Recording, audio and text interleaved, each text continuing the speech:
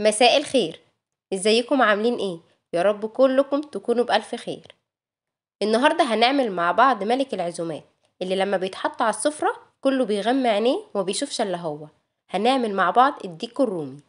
في ناس كتير مننا ما بتعرفش تعمل الديك الرومي وبيجيبوه جاهز من بره، لان هما ما بيعرفوش تتبيلته ودايما شايفينه ان هو حاجة صعبة.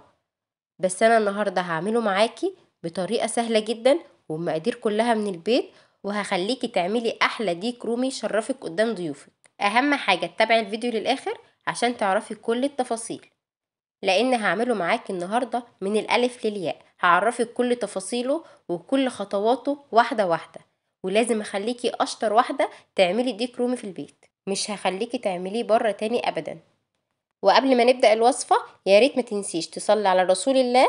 اللهم صلي وسلم وبارك على سيدنا محمد وعلى آله وصحبه أجمعين. يلا بينا نشوف الطريقة والمقادير. هنعمل مع بعض النهاردة ديك رومي وزنه حوالي 5 كيلو ونص، لأن هو ديك رومي بلدي مش أبيض. الديك الرومي البلدي بيكون وزنه تقريبا من 5 كيلو ل9 كيلو، مش أكتر من كده خالص. إنما الديك الرومي الأبيض بيكون أكتر من كده، بيبدأ من 10 ل25 كيلو، وده بيكون طبعا في العزومات الكبيرة جدا. بس طبعا الديك الرومي البلدي بيكون أحلى وأطعم من الديك الرومي الأبيض.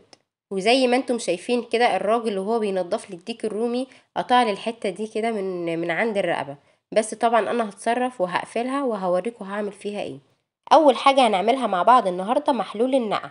هنعمل محلول جميل كده هننقع فيه الديك الرومي، ممكن تسيبيه ليله كامله، بس انا ما كانش عندي وقت فسيبته 6 ساعات بس. المحلول ده حلو جدا، بينزل كل الحاجات الوحشه اللي موجوده جوه الديك، وكمان بيخليه ابيض كده، وكمان لحمه بيكون فاتح جدا وبيخليه يستوي بسرعه. تعالى ما اقولك هنعمل محلول النقع ده ازاي. هجيب حله كبيره واملاها ميه، واحط فيها نص كوبايه من السكر، وعليها نص كوبايه من الملح، ونص كوبايه من الخل. يعني انا استخدمت 3 حاجات، نص كوبايه من السكر ونص كوبايه من الملح ونص كوبايه من الخل. وكمان هقطع عليها شرايح من الليمون، وهسيبها بقى في الميه واقلبهم كويس عشان ادوب كل الحاجات دي مع بعض. وبعد ما ادوب كل الحاجات دي كده مع بعض هنقع فيه بقى الديك الرومي وادخله التلاجة واسيبه 6 ساعات او ليله كامله لو تقدري. وده شكل الديك الرومي بتاعنا خلاص بعد ما خرجته من التلاجة. شفت شكل المية عامل ازاي؟ المية بقت متعكرة ما عادتش صافية، نزلت كل الزفارة وكل الحاجات اللي ملهاش لازمة في الديك. كده الديك بتاعي بقى نضيف وزي الفل. يلا بينا نعمل الخطوة اللي بعد كده. بعد ما خلاص شطفت الديك الرومي بتاعي كويس جدا، هجيب مناديل المطبخ وابدأ انشفه بالطريقة دي.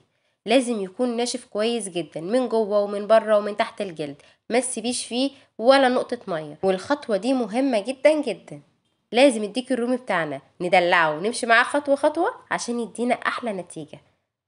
شوفي بقى شكل الديك بقى عامل ازاي، بقى حلو جدا، ابيض زي الفل من جوه ومن تحت الجلد ومن كل حتة، بجد بقى نضيف جدا وناشف ومفيش فيه ولا نقطة مية. تعالي بقى نشوف هنعمل ايه. الخطوة دي حلوة جدا جدا وبتدي تست عالي وطعم للديك تحفة، مفيش بعد كده. هنعمل تتبيلة سريعة كده على الناشف. يعني هنحط حبة ملح، حوالي معلقة او معلقة ونص من الملح، وكمان حبة من الفلفل الاسود، ورشة صغيرة من القرفة، وكمان حبة من البصل البودر والثوم البودر، وهنقلبهم كويس جدا مع بعض. وبعد ما جهزت التتبيلة دي هبدأ بقى انزل ايدي تحت الجلد وافصل الجلد عن اللحم بالشكل ده، وبسكينة رفيعة كده، وهبدأ اخرم كل الديك الرومي من كل حتة علشان خاطر التتبيلة تدخل جوه اللحم. اهم حاجة اوعي تقطعي او تخرمي الجلد اللي فوق ده، لان ده اللي هيتشوي وهيدي شكل الديك الرومي. وهمسك بقى التتبيلة اللي على الناشف اللي انا عملتها، اللي هي فيها الملح والفلفل الاسود والقرفة والثوم البودر والبصل البودر، وهدعك بيها بقى الديك الرومي دعكة كويسة بالشكل ده، اكنك بالظبط بتعملي للديك الرومي مساج. بتدخلي التتبيلة في كل حتة في الديك الرومي، تحت الجلد وجوه بقى في البطن وبين الوراك وكل مكان تقدري توصلي له. حاولي بقدر الامكان تدخلي له التتبيله دي، صدقيني التتبيله دي هتفرق جدا جدا جدا في طعم الديك الرومي. كتير قوي قوي من الناس يجوا ياكلوا الديك الرومي يقولولك ملوش طعم، ده مش حلو، ده الفراخ احلى منه، ده لحمته ملهاش طعم، بسبب ان التتبيله ما بتبقاش واصله طبعا للحم من جوه. انما الحركه دي بتوصل التتبيله كويس جدا لكل حته في قلب الديك. وهيبقى احلى ديك رومي. انا لما عملته الناس بجد بجد انبهروا بيه، انا نفسي اتفاجئت من الطعم بتاعه، بجد كان حلو جدا جدا وكان خطير. لو وصلت معايا لحد هنا ما تنسيش تعملي لايك وشير للفيديو، وكمان تعملي اشتراك في القناة وفعلي زر الجرس عشان يوصلك كل جديد. وده شكل الديك خلاص بعد ما تبلناه بالتتبيله اللي احنا عملناها مع بعض. انتوا فاكرين ان انا هسيبه كده؟ لا، لسه هعمل له كمان تتبيله. هسيبه بقى في جنب شويه ويلا بينا نعمل له التتبيله الكبيره بقى. هعمل للديك الرومي ده احلى تتبيله ممكن تخطر على بالك، كله في شفشق الخلاط. هجيب شفشق الخلاط وهنزل فيه بقى ببصلايه كبيره وفلفلايه رومي وقرن فلفل حامي وطماطمايه واربع او خمس فصوص من الثوم ومعلقه كبيره من صويا صوص، ولو ما عندكيش حطي معلقه واحده من العسل الاسود وتلات او 4 معالق كبيره من الكاتشب.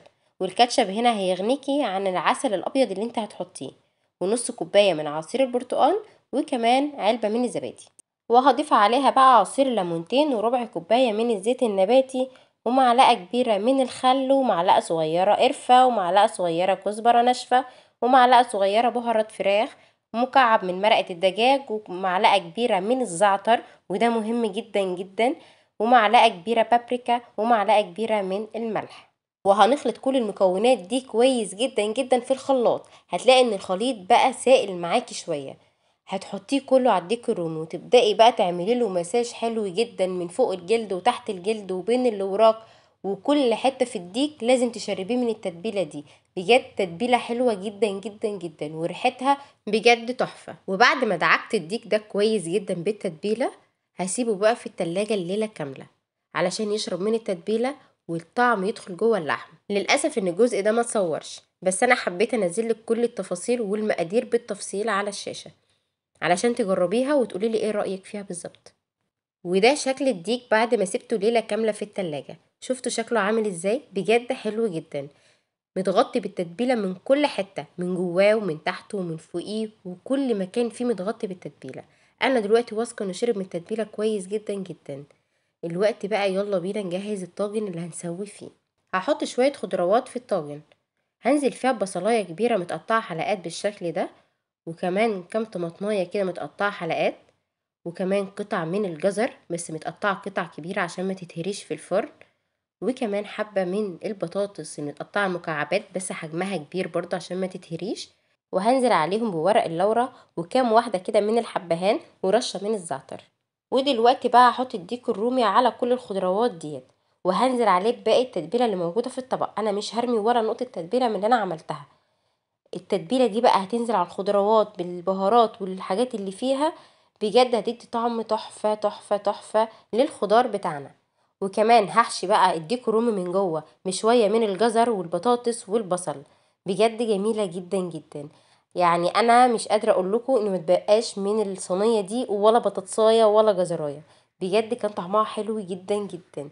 والمكان اللي كان مفتوح من ورا ده انا قفلته بخله كده علشان خاطر اقدر كمان احشيه من ورا. وده شكل خلاص الديك بعد ما خلاص حشيته وعملت له خلطة الخضروات اللي تحته وظبطته خلاص، وهو كده جاهز خلاص على التسوية. بجد مش قادرة اقولك ريحة التتبيلة قد ايه حلوة، يعني من قبل حتى ما يستوي وريحة التتبيلة كانت ظاهرة جدا. ودلوقتي هضيف حبة من المية المغلية، حوالي كوباية مية كده، وكده خلاص الديك جاهز انه يدخل الفرن. هغطيه بقى بورق الفويل ولازم اغلفه كويس جدا علشان خاطر الفويل ده هو اللي هيسويهولي. وهنا كنت نسيت اعمل خطوة اللي هي اجيب معلقة من الصلصة وعليها حبة من الزيت وهقلبهم كويس مع بعض، وبالفرشة هدهن بيها وش الديك كله من فوق علشان لما يجي يتحمر في الفرن ياخد لون الشوي الجميل. ودلوقتي بقى هرجع تاني اقفل بالفويل كويس جدا، ولازم نقفل الديك كويس جدا بالفويل علشان البخار ما يطلعش خالص منه، لان البخار ده بيساعد على التسوية بسرعة. فانا قفلته تقفيلة كويسة وهدخله بقى على فرن يكون سخن جدا على درجة حرارة 200، وهيسيبه في اول ساعة، مش هاجي جنبه ابدا. وبعد الساعة هبدأ اتابعه واشوفه هيستوي بعد قد ايه. وده شكله في الفرن بعد مرور ساعتين. شلت من عليه الفويل وسبته بقى ياخد لون تحمير كده من فوق ويتشوي ويديني اللون الجميل. بجد كان حلو جدا جدا. اهم حاجة تتأكدوا ان هو استوى كويس. وده شكله خلاص بعد ما طلعته من الفرن. شوفوا شكله عامل ازاي، شوفوا قد ايه كمية السوائل اللي نزلت منه. طبعا كل الخضروات اللي انا حطيتها شربت من الطعم ده، بجد كان حلو جدا جدا. وهو ده الديك الرومي اللي دايما بيعمل قلق والناس ما بتعرفش تعمله في البيت. عملناه مع بعض بطريقة سهلة جدا وبمقادير بسيطة وكلها موجودة في البيت. اهم حاجة ما نقولش مش عارفين نعمل، لا احنا نحاول ونجرب، هو اكيد هيبقى احلى واطعم من بتاع بره. كفاية النظافة وكفاية ان انت عارفة انك حاطة فيه ايه بالظبط. حبيت ان انا اقدمه زي بتاع المطاعم بالظبط. جبت صينية ولفتها بالفايل وقدمته مع رز اصفر بسمتي وزينته بالخضروات اللي كانت في الطاجن تحت الديك الرومي. بجد كانت واخدة طعم جميل جدا جدا. وحطيت الديك الرومي في وسط الصينية بالشكل ده. حسيت ان الشكل مش مختلف كتير عن اللي بيجي من بره، بل انه احلى واطعم بكتير جدا من بتاع بره. هسيب لكم كل المقادير بالتفصيل في صندوق الوصف، وكمان هسيب لكم رابط الفيديو بتاع طريقة عمل الرز البسمتي. عاوز اعرف رأيكم ايه في الديك الرومي اللي انا عملته النهاردة، ولو في اي استفسار او تعليق ابعتولي في الكومنتات وانا هرد عليكم.